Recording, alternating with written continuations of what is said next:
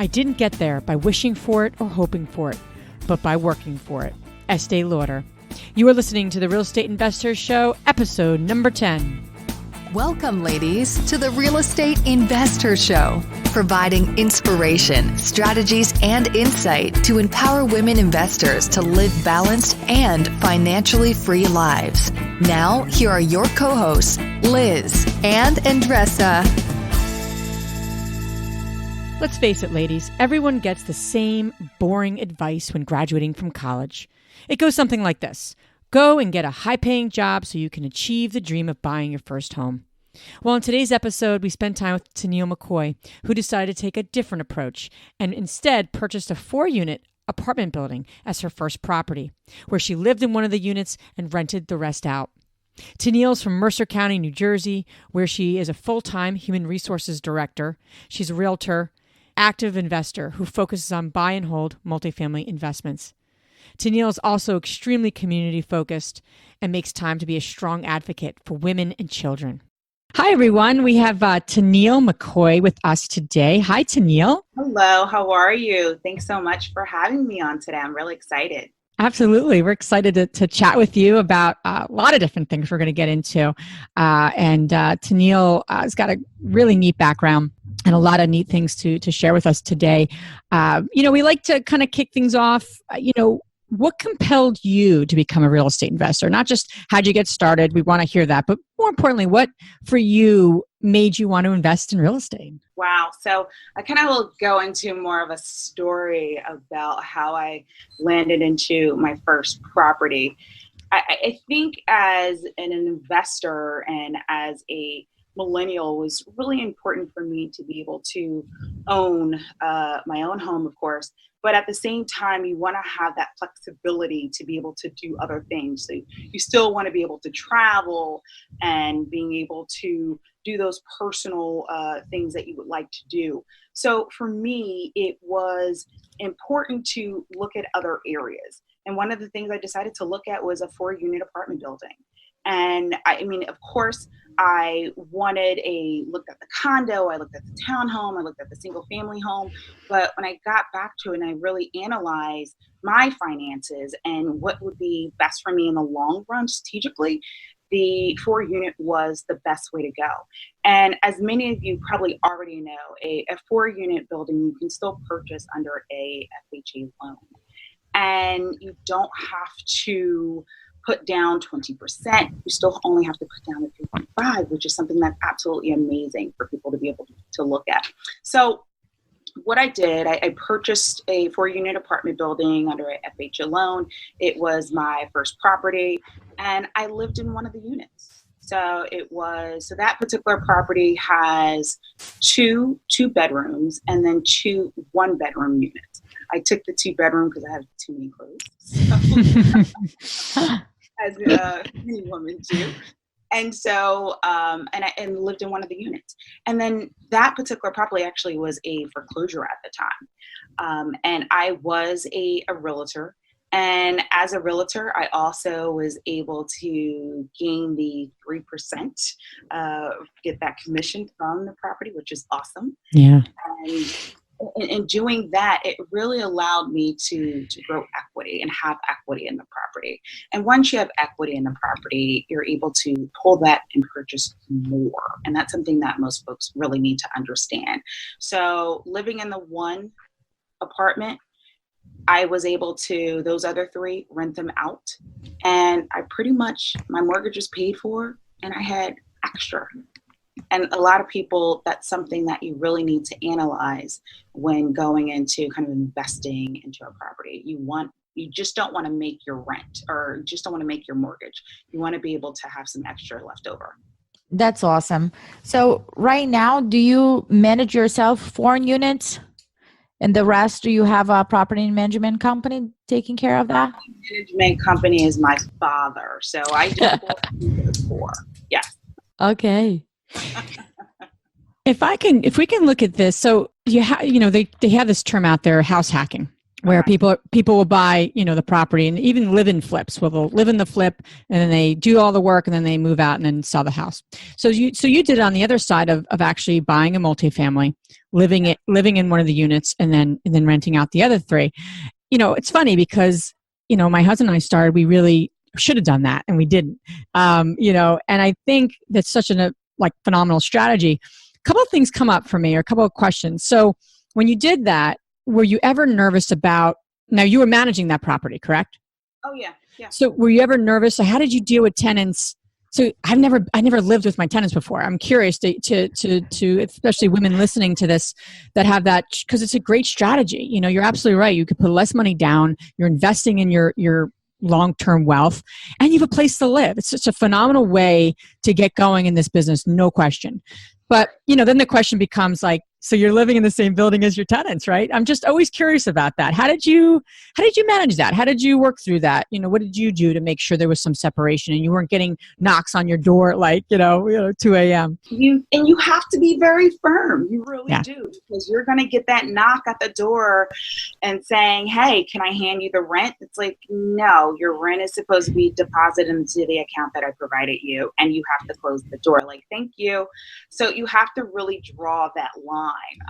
Tennille, can I borrow butter? No. You have to be able to draw that line. Even though you want to be neighborly, it's you have to be very firm in some sense. Now, of course, I'm not this person that's not humane in sense, but at the same time, you want to be able to have that balance and live your life.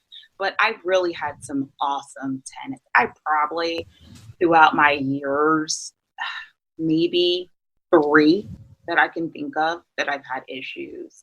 And one of them is still around. It was just, they went through some problems, and you have to be sympathetic and empathetic to those things at the same time.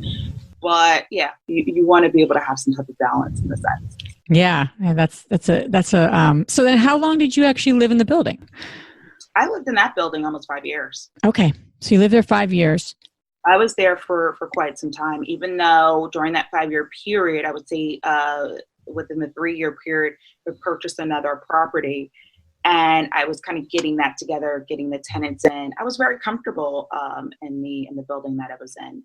Yeah. And so putting the other one together and then continuously just purchasing from there.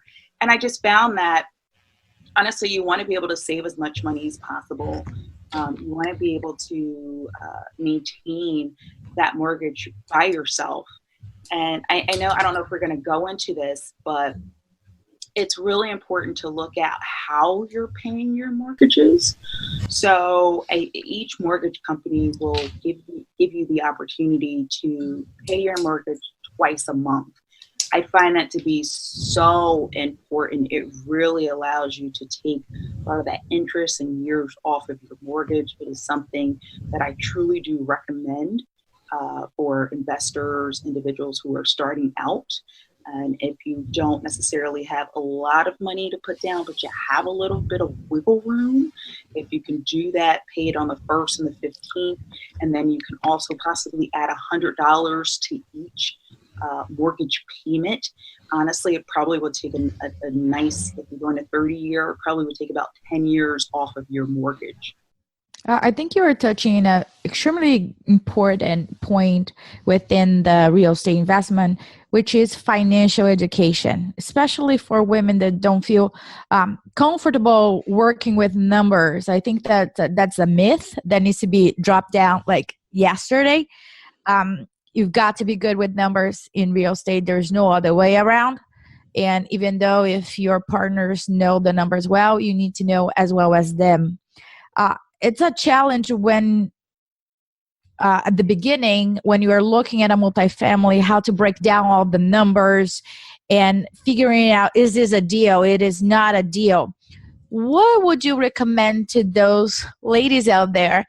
There are exactly right now looking at a spreadsheet and I say, is $100 per door enough? Or is cash flow enough? Or no, it's not cash flowing at all, but I see that probably there is equity in the future because of appreciation. So what I want to get from you is what are the items that it is a must-have for you in order to make sure that it is a deal? So, great question. I wasn't that individual who had, $50,000 in the bank. I had probably around 20 at that time when looking to purchase my home. I didn't want to use all my money. And you have to recognize that, guys. Don't put everything into a home, because down the line, a month, the same week, things can happen. The heating system goes. There's so many things that can occur that you have to be prepared for and prepared financially. So I remember when I made my purchase, and my dad didn't even want me to get into being a landlord. My father was a landlord for many, many years, and it was something that I wanted to tackle. I really wanted to try it. And I said, Dad, just let me do this. Just let me try it. It's a risk. If it doesn't work, then hey, I just know it's not for me. But it's definitely one of the best choices I've ever made. And I'm so glad that I did it. So remember guys, it's a foreclosure. So I purchased this foreclosure, and something else comes at the closing table. It's the water bill. I'm like, wait, I gotta pay this water bill. So those type of things will come up during closing. Be prepared for those. And it can be discouraging in some sense, but when I look at this building and the amount of money that I paid for the building, so and I'm totally fine talking numbers. So my first building I paid $150,000 for. This building was worth $300,000. I remember partnering with this other realtor from my office to kind of set this up. And I got a little discouraged when hearing, okay, I had to pay this and pay these other bills from the person before me. And he said, Tennille, I'm telling you, this is one of the best investments you will ever make in your life. Like, this just does not happen. Everyone doesn't fall into this. So, especially if you don't have $200,000 on the table just to pay cash. I was financing. Usually that doesn't happen to a person that's going to finance. So fast forward, day of when I had the keys and I walk into the basement's like flooded with work. So I had work on day one of this building. It didn't cost a lot to have someone come and vacuum up the water, but it was just a little discouraging. And so the apartment that I wanted to live in, the woman was a heavy, a smoker, and I don't smoke. And so all the paint and what I had to do to get this apartment the way I needed it, it was work. So updating the bathroom, updating the kitchen, sanding down the hardwood floors. But I think it really comes down to connecting with a great team of people, asking around for, hey, who do you utilize for, who's your electrician, who's your plumber, who's your carpenter? So asking those questions and seeing if individuals have had particular issues with someone. Now you have Facebook. You can ask all types of questions and people will respond and give you recommendations, which is awesome. So I would say utilize social media for just that. Now, did I make some mistakes? Sure, I did. I remember my father said, Tennille, one of the first things that you want to do is separate the heating system. So I purchased this property in June. I wasn't worried about the heat then. I'd be worried about the heat come October. Sure enough, he was correct. Thank God that I had separated that heating system because it was oil. So we have to take the oil tank out. It wasn't underground, which was great. We just had to basically just pull it right out of the basement. So that's less work.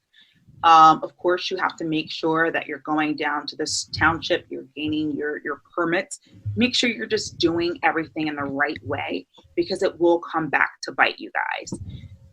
When you're changing out tenants, you have to make sure that you have your landlord license, that they are all everything's recorded in the proper way. So just make sure you're doing all that. But I remember doing the heating system and I decided to not select all of the best systems that I could have. and I took the lowest bidder. So I looked at 3 different people, and I ended up taking the lowest bidder. Well, guess what? The lowest bidder is going to provide you with the cheapest heating systems. I will say, thank God, the only problem that I had in that building was my heating system, not my tenants. So I went without heat a couple of nights, but thank God it wasn't my tenants that went without the heat, because that would have been a whole nother issue where, you want to provide them with like small heaters, or you want to put them into a hotel. So you always want to treat your tenants how you would want to be treated. And that's one thing I definitely pride myself on. I can live in all of my units and I would be comfortable and I would be happy with that. And so that's something that you always want to be able to do. You want to be able to show the type of landlord that you are. So yes, I didn't have this, this spreadsheet. I mean, I kind of knew where I was financially, but going in and as I conquered more buildings and homes, I did begin to kind of build this spreadsheet for myself. But going in the first time, no, I didn't have that. It was just like, okay, I have this pot of money and these are the things that I need to do. And okay, I'll work from there. Yeah, that's awesome. I remember our first deal, we put together a spreadsheet and we were not sure exactly if that spreadsheet was full or if we were missing something. So we actually asked for other folks that we trust that have done what we were looking to do to take a look. And for sure, we were missing a couple of things over there. Still had, room and the deal went through. But I always recommend a couple of, different eyes on your spreadsheet. You might not be seeing a couple of things that other more experienced folks might be able to see it extremely quick and fix that right away. Right. And I know I'm always, anytime I go and speak to like high school students or college students, I do talk about my investments and how I purchased my first building, deciding to, purchase the 4-unit building, live in one and rent out the other 3. There's so many times that as, millennials, as we have this new generation Y that's coming up, where they think it's so cool to come out of college. You live a couple years with mom and dad, and that's not working out because you've been away for, 4 or 5 years. And you want to move with the new boyfriend or with your friend, and you begin to rent. A lot of times that just doesn't play out the way that you think it will.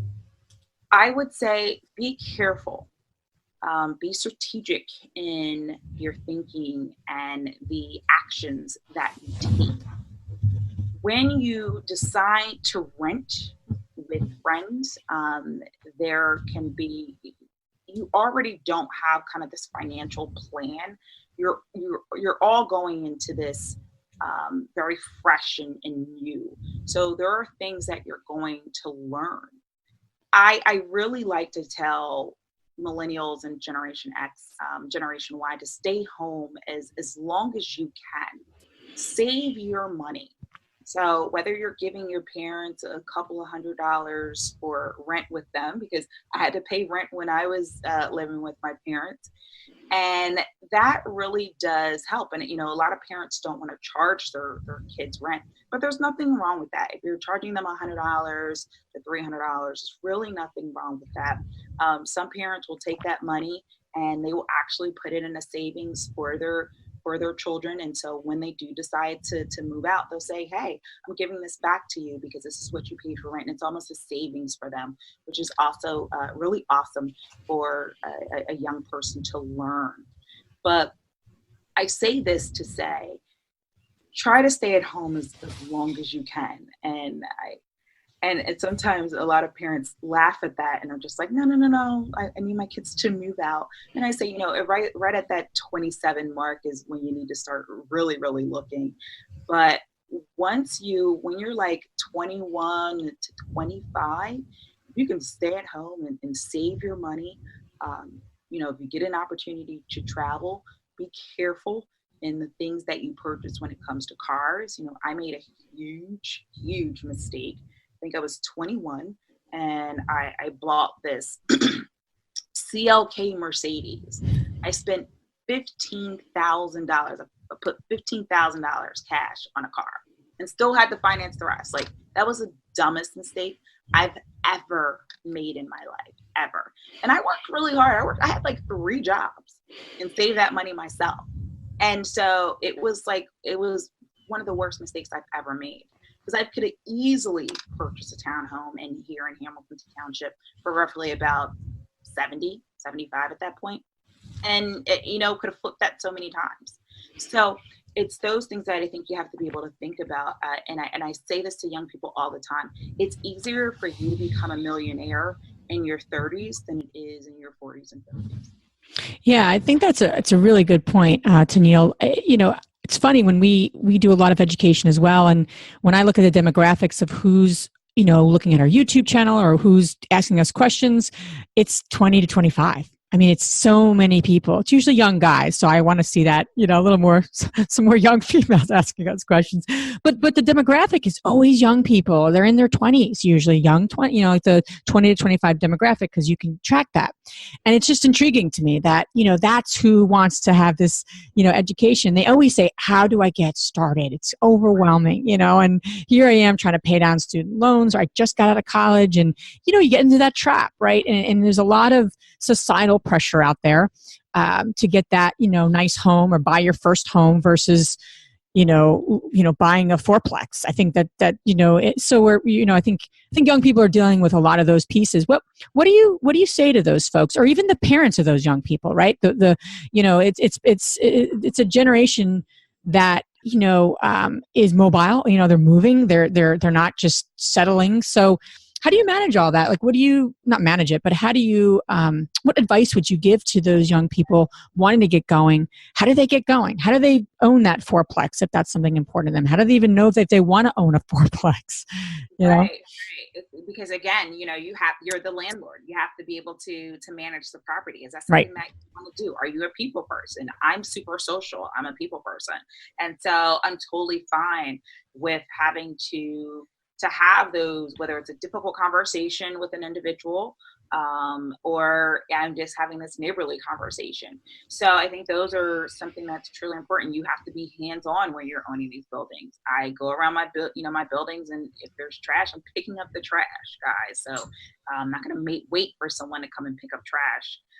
If I have to cut grass, I know I can cut grass. It is what it is. If I have to paint, we're going to paint.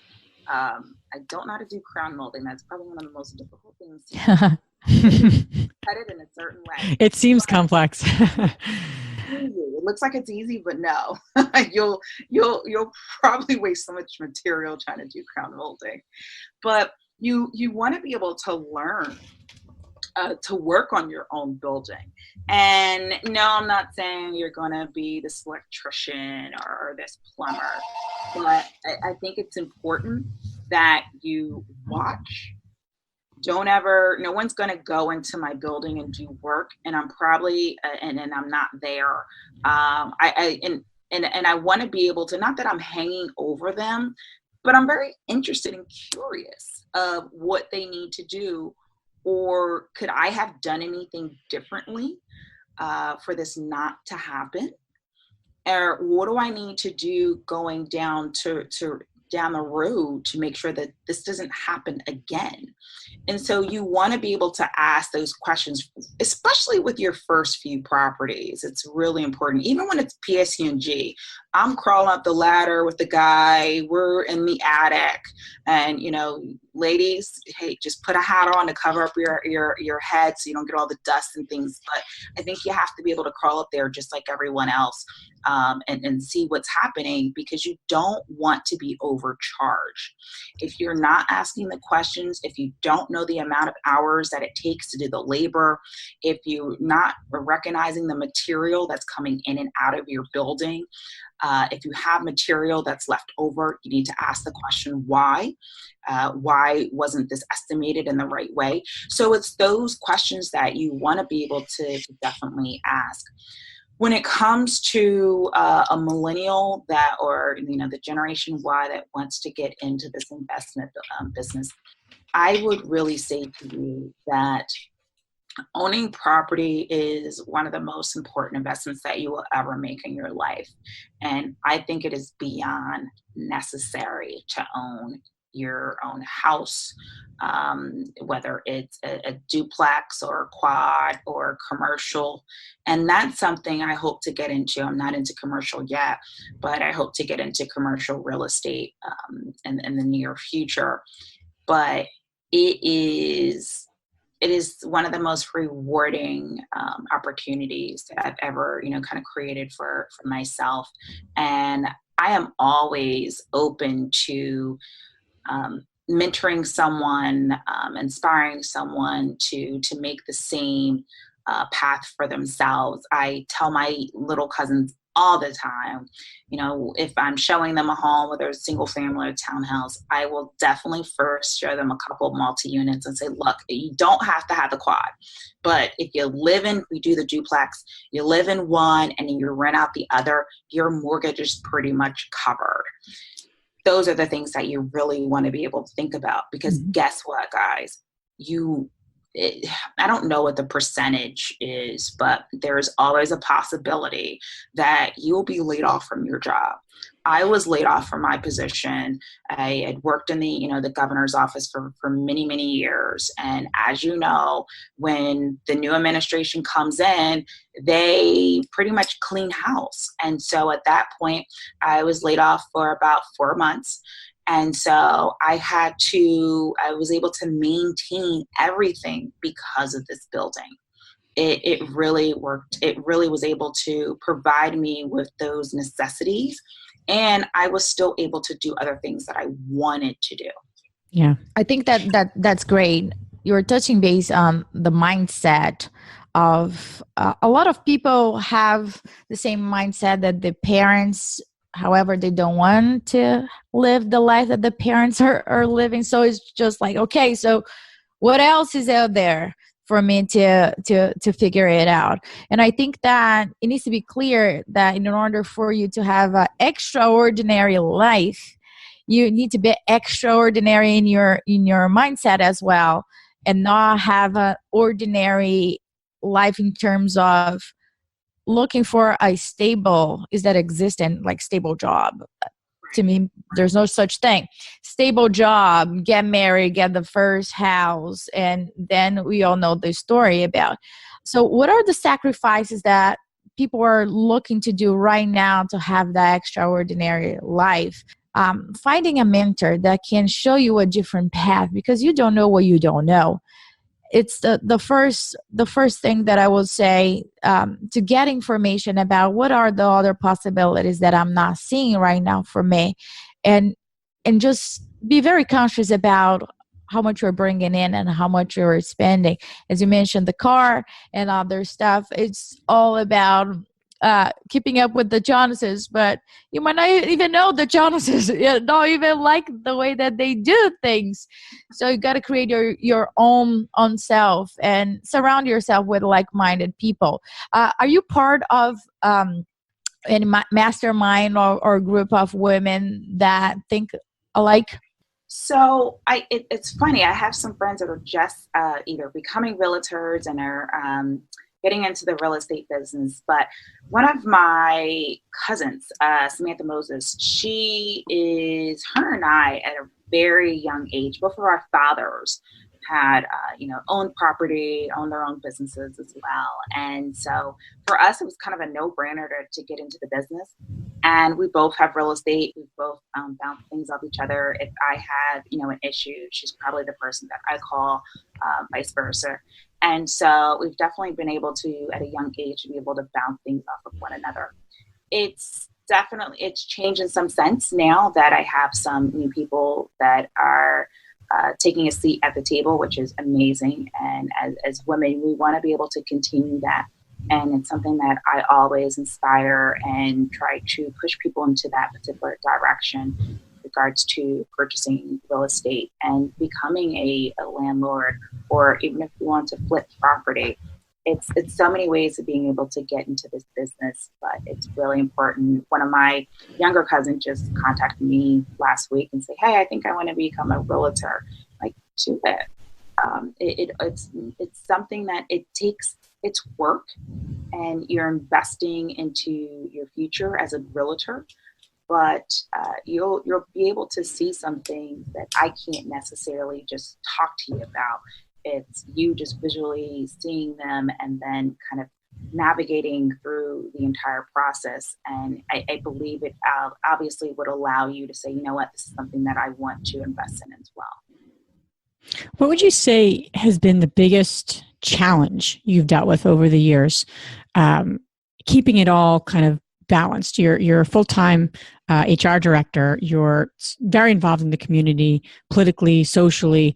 You speak to a lot of young people to help them. I mean, you're, managing property and buying investment properties. You have a lot on your plate, and more than a lot of people, most people. So, what for you? How do you keep everything together? What do you do for yourself that keeps you growing and evolving and just keeping kind of, on top of everything? What do you do to kind of keep it together?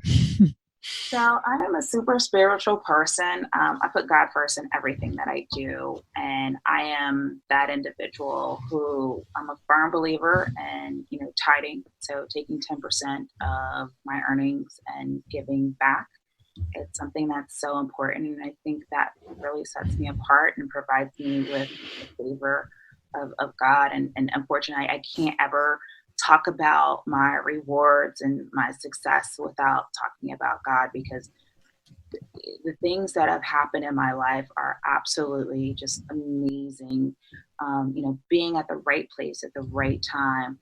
I remember that building. I remember seeing it on the MLS, and I went past it so many times on the MLS because it was like these dark, gloomy pictures, and it actually said Trenton, the city of Trenton, and it didn't say Hamilton. So I knew I wanted to purchase in the township. And something told me, I remember driving through that neighborhood, and I said, those buildings look the same.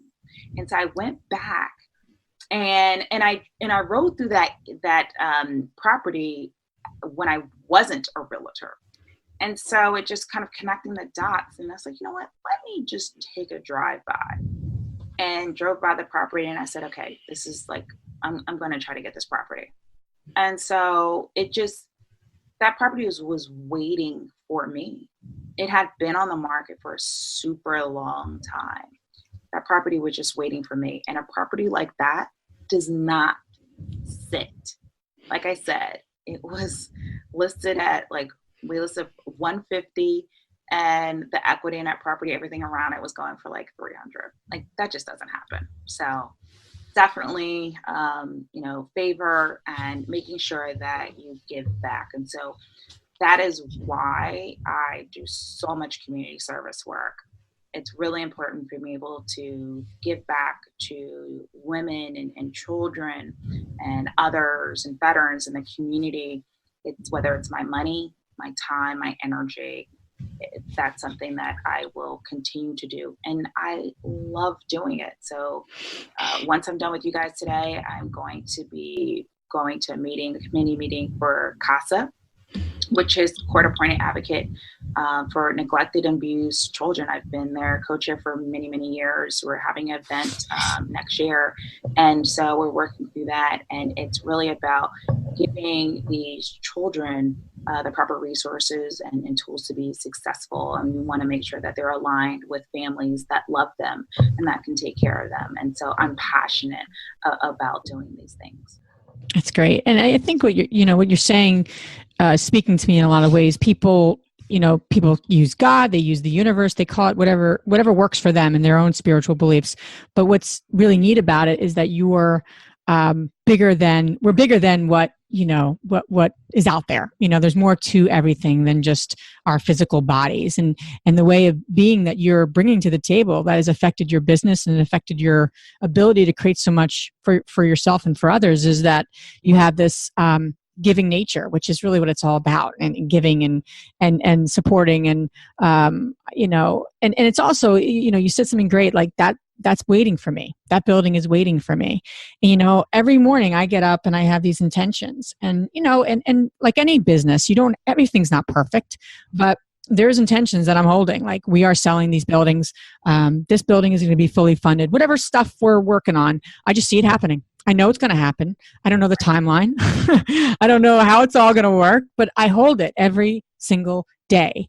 And to your point, you're the same way. It's like, you have to have that way of being, because you know what? If you go into it like, oh no, not sure if I'm going to get the financing, not sure if I'm going to find the property. Oh no, like, okay, great. What you say is what you become, whether it's good or bad. So, and if I have those days, I'm like, stop it, stop talking, stop saying that, because I know what's going to get me. I know more than that your mindset is so key. So I love that that building was waiting for me. I love that. I think that's we all need to have that way of being, like, the perfect opportunity is waiting for me. Versus, I don't know, the market's really, really competitive right now. Don't think I'm going to get any properties. Well, you know what? You're not going to get any properties. Right. Right? I mean, so. You want to be positive in the way that you're thinking. And guess what? Some things just might not work out for you. That's right. I had a couple, maybe about 2 months ago, I went to show them a house, and the key would not open the door. Like, all three of us tried it. We even had the realtor come out and try the key, and it would not open the door. And as we're trying, this thunderstorm came over us. And so they were thinking it was a sign that maybe they should get it. No, it was a sign that you shouldn't buy this house. And we even we totally pushed it. We went through, we got to the inspection process. As we went through the inspection process, we found that was knob and tube in the house, which, if anybody knows, knob and tube is it's work. It is so much work. So you really don't want to ever purchase a home with knob and tube. If you do want a home with knob and tube, make sure the seller pays for all the electric work to be done. You never, as the buyer, want to pay for that. So we got through that inspection, and at the end, the sellers didn't want to come up with, I think it was $10,000, but any knob and tube is going to at least cost you about 15 and up. And it's you got to knock down walls, and you never know what you're going to find. This is an older home. And so the wife finally said, you know what? Nope, this isn't for us. We're going to look at something else. And we went and found this other home, and everything was done, and it was absolutely perfect. So sometimes, guys, don't push it. If it just doesn't work, it just doesn't work for you, and move on to the next thing, because your home is going to be waiting and available for you, and the process will be seamless. Well, maybe not so seamless, but seamless. You'll work through it, right? It'll become seamless. You'll work through it. The things, your resources, they'll be there for you to be able to utilize.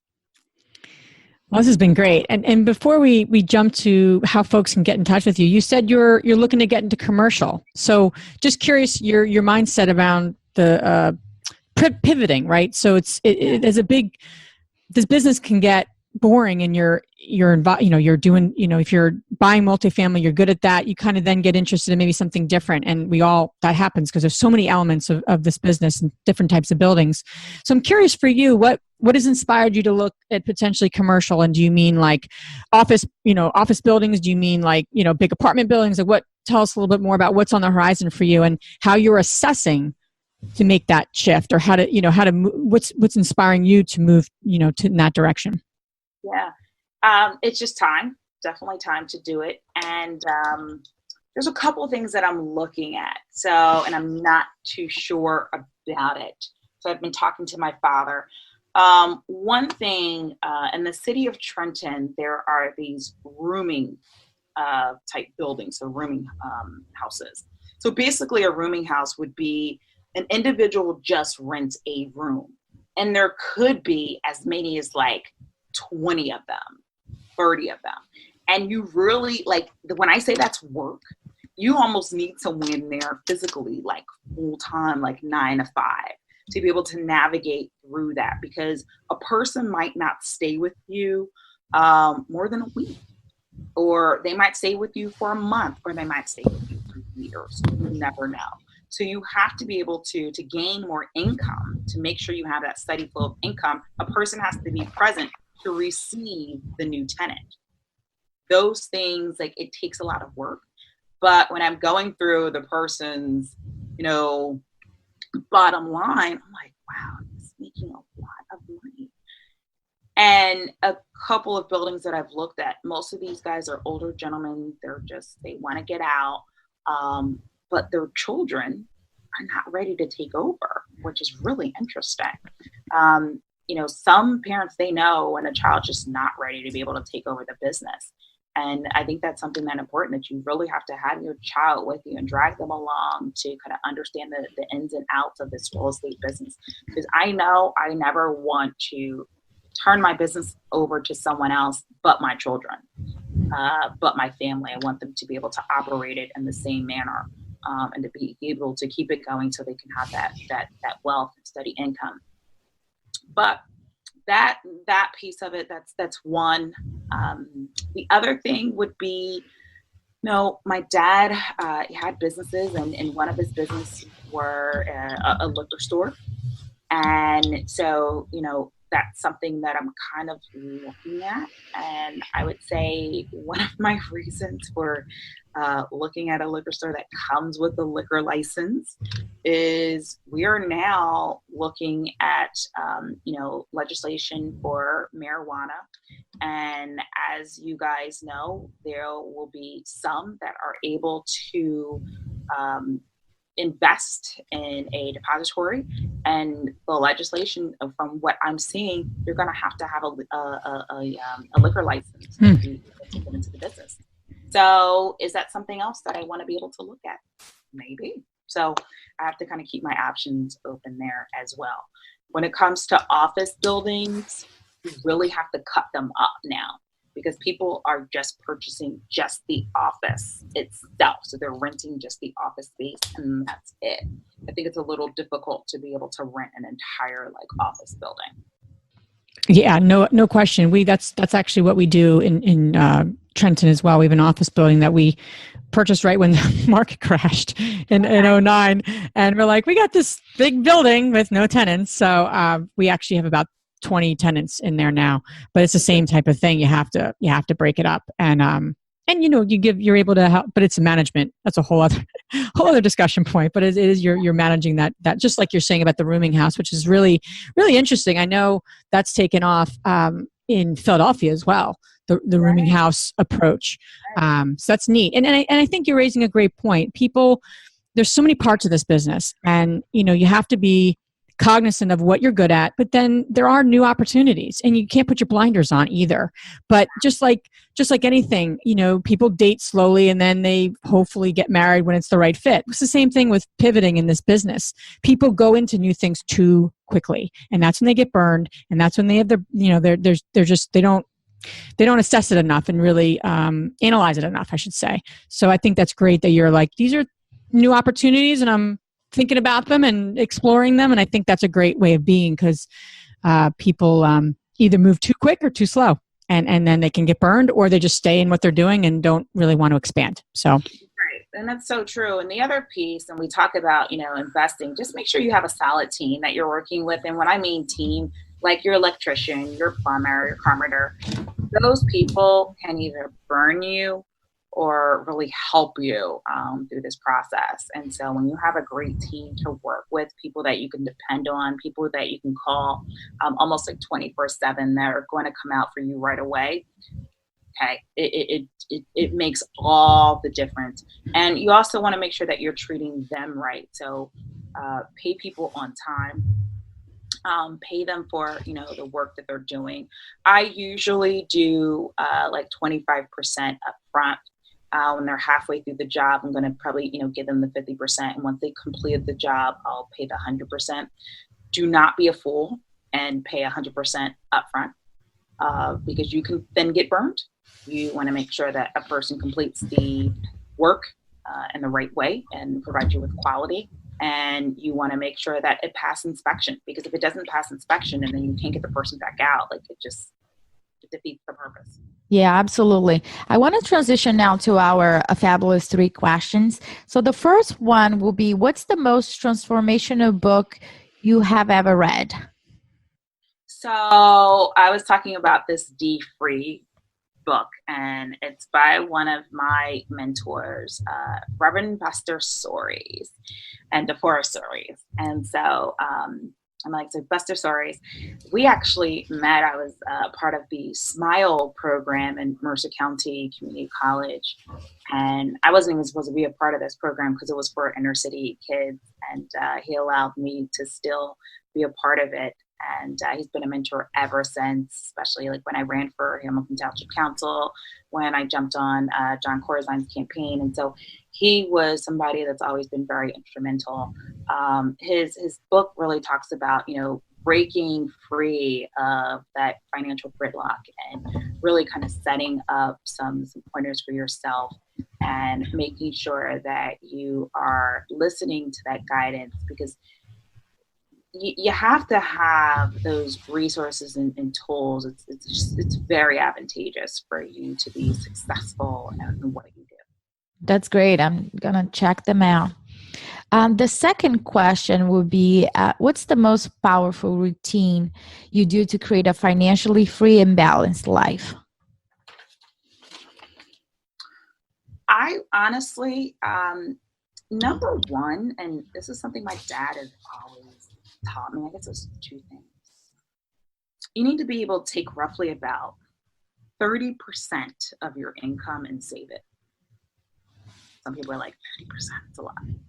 Okay, please take 20 at least. And you need to save that.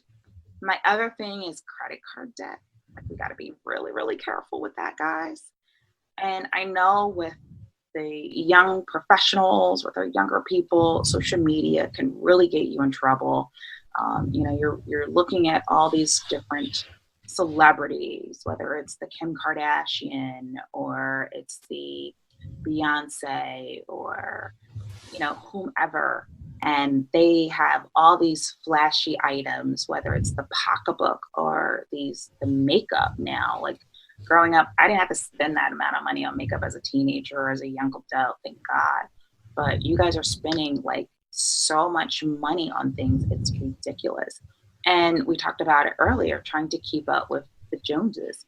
So you want to be very careful on how you're spending your money and how you're swiping that credit card. So one of the things my dad always taught me, if you can't pay your credit card off in 3 months, then don't buy it. That's a great tip. Absolutely. Yeah.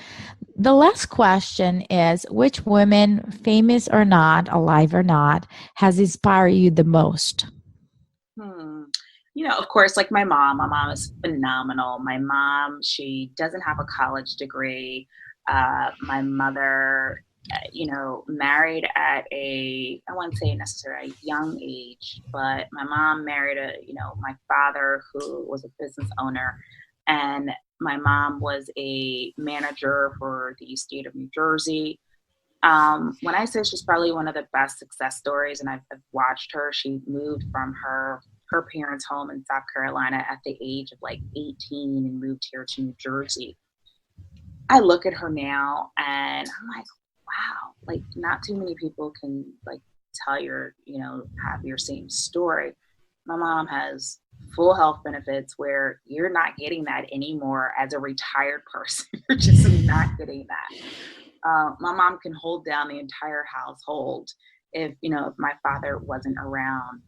And my mom still has the ability to, like, she travels, does her, concerts with her friends and vacations. And I just think that's just amazing to be able to live your best life in your 60s. And so that's what we all need to kind of prepare ourselves for, that you can live your best life in your adult age when you're, retired.